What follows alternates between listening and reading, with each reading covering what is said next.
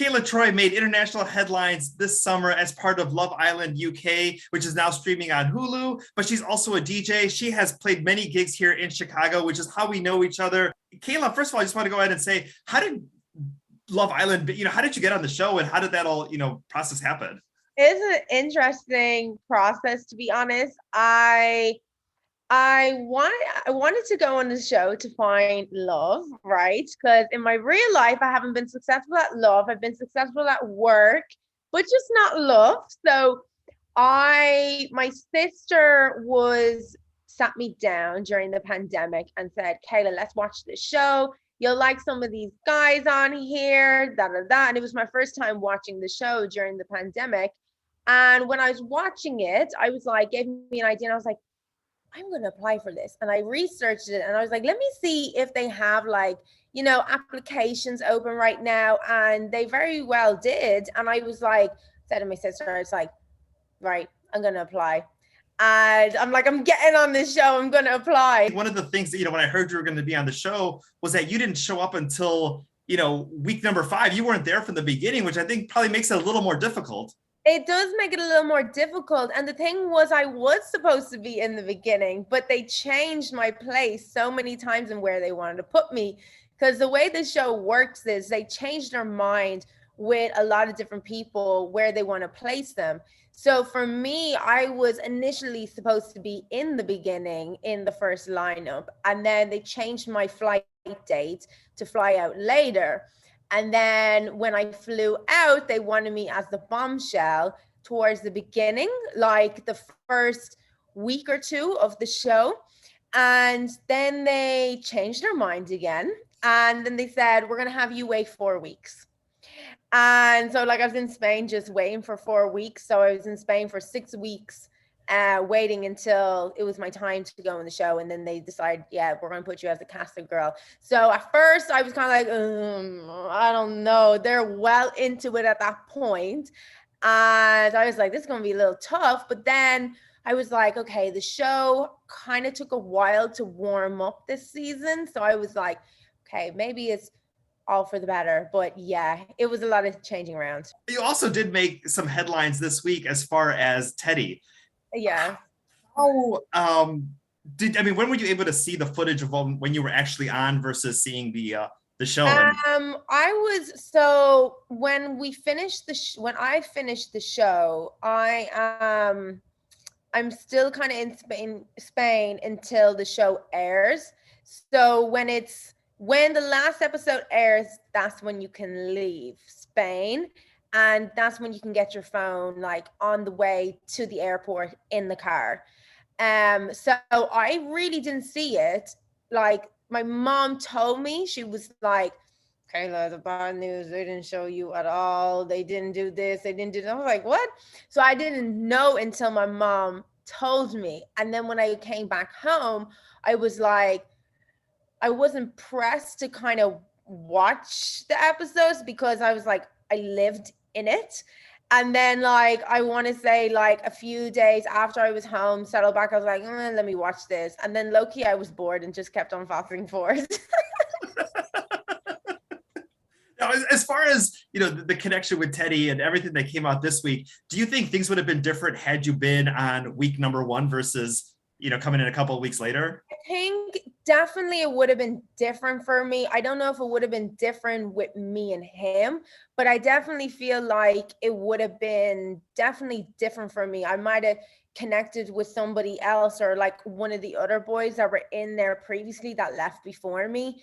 So I definitely think it would have been different for me if I was in there initially, the time that they had me going in until they changed it.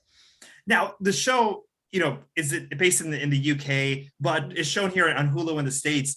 What was it like to have press, oversee, kind of almost back home, in Ireland and based in the UK and here too, as far as your fans, who know you from DJing here versus kind of everything that's been happening this summer?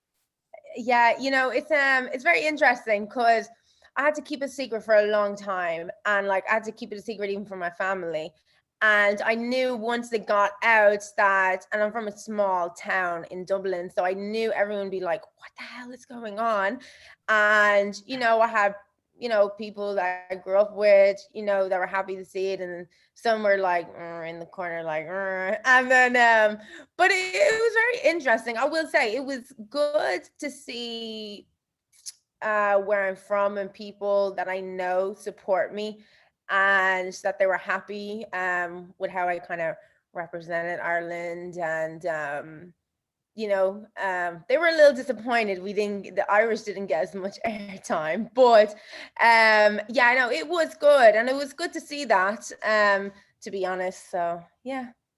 It was nice to see that as well too. Now let's talk a little bit about your DJ career, because I saw on Instagram new music coming out. You're back in Chicago. Yeah. I know some things are in the works. Tell us a little bit about your revitalized energy, post pandemic and post passing the show, especially here in Chicago. Yeah, so as you know, I be DJing, I work a lot. So I have a few new projects and stuff that I've always wanted to do. So during the pandemic, I kind of had time to kind of focus in on that stuff because I wasn't doing so many shows, I wasn't traveling around the world.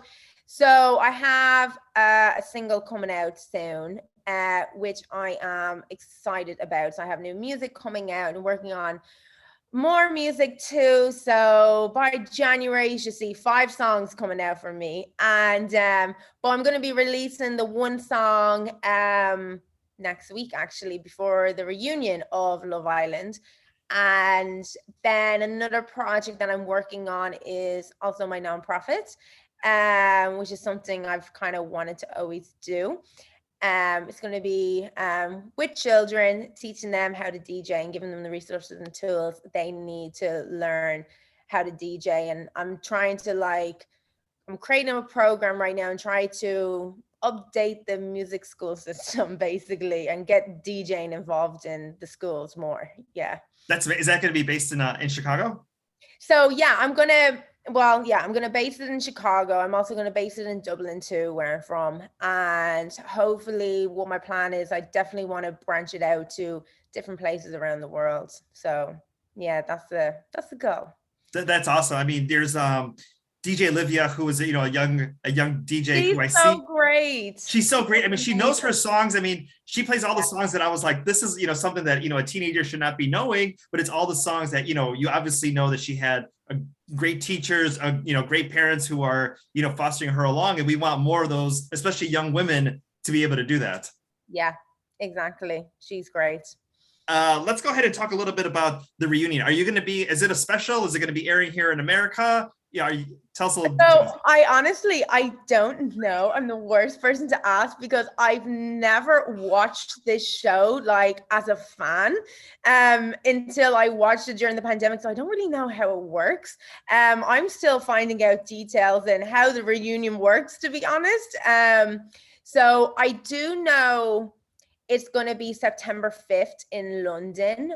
I'm not too sure where it's airing exactly, or if it airs that day, the next 2 days. So I'm not too sure. All I know is we're filming is September 5th in London. Yeah. Well, to say too for those details. I mean, so many exciting things coming up. You have, your music, your new music that you're releasing, the reunion, which may or may not, we'll see how that all comes about.